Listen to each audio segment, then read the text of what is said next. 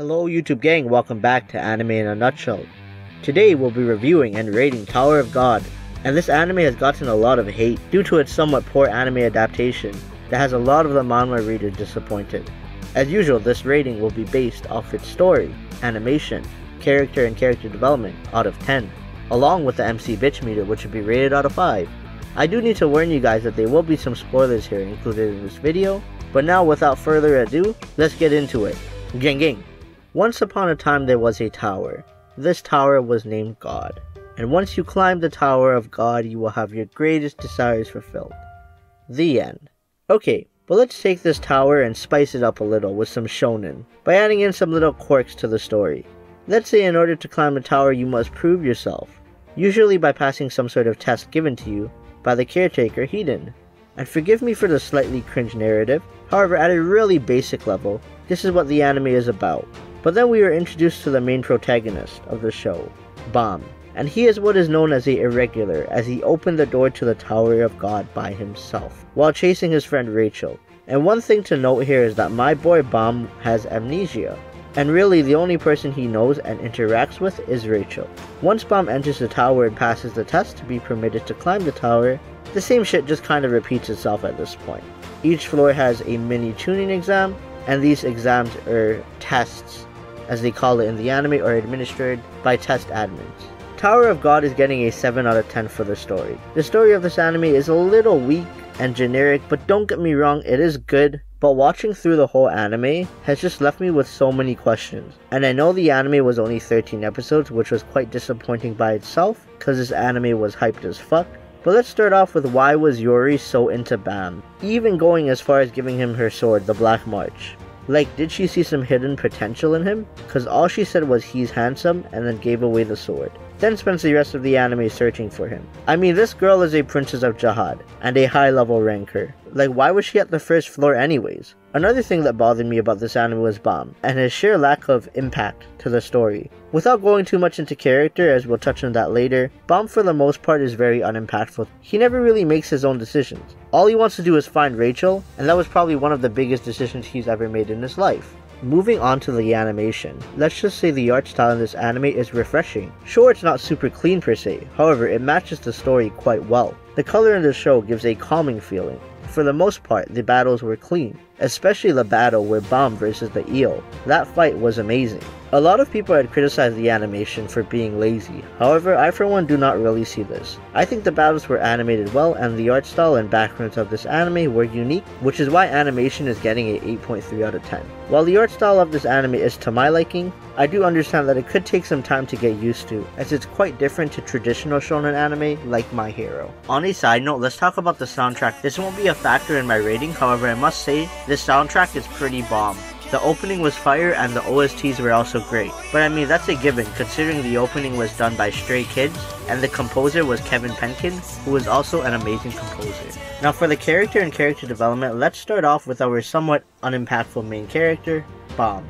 And to be honest, I did not like his character that much. I did have some issues with him. Sure, he seems nice, but for a main character, he is kind of lackluster. He never really makes his own decision, and he kind of just simps out for Rachel. In fact, Bam doesn't even have much of a personality. Sure, he has amnesia and all he remembers is Rachel, but let's be real here, it doesn't take too much to realize that Rachel don't care about you. Bro, because Rachel is a bitch who only cares about herself. Keep in mind that as far as we know, the only reason Rachel wants to climb the tower is to see the fucking stars.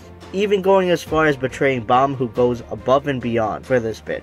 Long story short, Rachel is trash as a character. The only words that come to my mind when I think of her is pathetic, weak, and disgusting. Just like what Hedon thinks about her.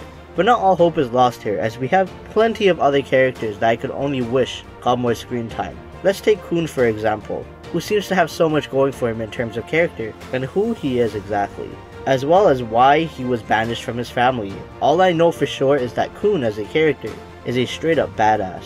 He may appear to be one of your super cocky anime characters, however he isn't. Sure, he is smart and strong, however he's also extremely loyal to Bam, especially when it comes to climbing the tower, where for the most part, Even though everyone is in teams, quite often it's each man for themselves. We also have other characters like Anak and Endorsi that have so much room to grow, and I feel like if this anime gets a second season, I would really like it to take some time on some of the great side characters in this show. And while they are at it, they can give Mr. Crocodile, aka Raksan, some more screen time. I mean, I loved his character, although he was just there to be funny. I feel the anime really did benefit from having him as a comedic relief. As for character development, let's just say Bam is starting to learn a little something I like to call friendship, which definitely aids with his development, as I mean, let's be real, he pretty much starts off from ground zero, considering the only person he knows his whole life was Rachel. But really though, Bam starts to develop more of a bright and good to be around character style. His naiveness and simplistic goal makes the other characters want to be around him.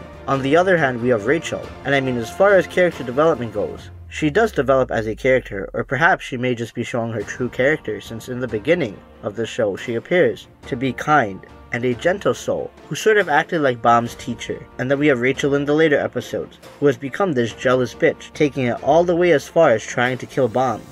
Why? Because she wants to see the stars. And I mean, hey, that does count as character development, but we also have some amazing character development with Kun and Endorsi. And that's the thing about Bam, his character makes people want to change for the better. This development really happens for Kun when Bam blurts off the simplest line ever: "I will be her legs."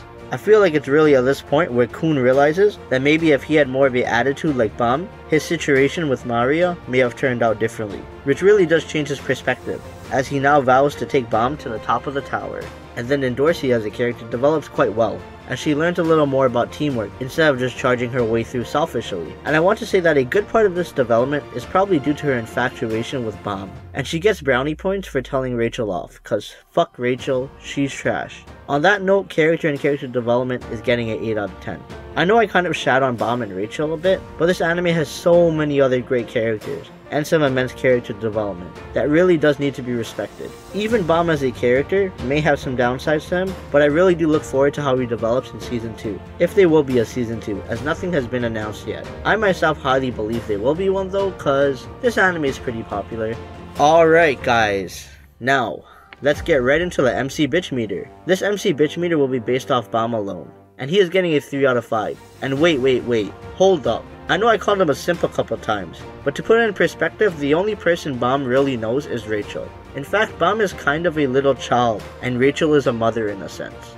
However, I mean, come on my dude, at a certain point, you have to realize that this girl is no good. She a bitch.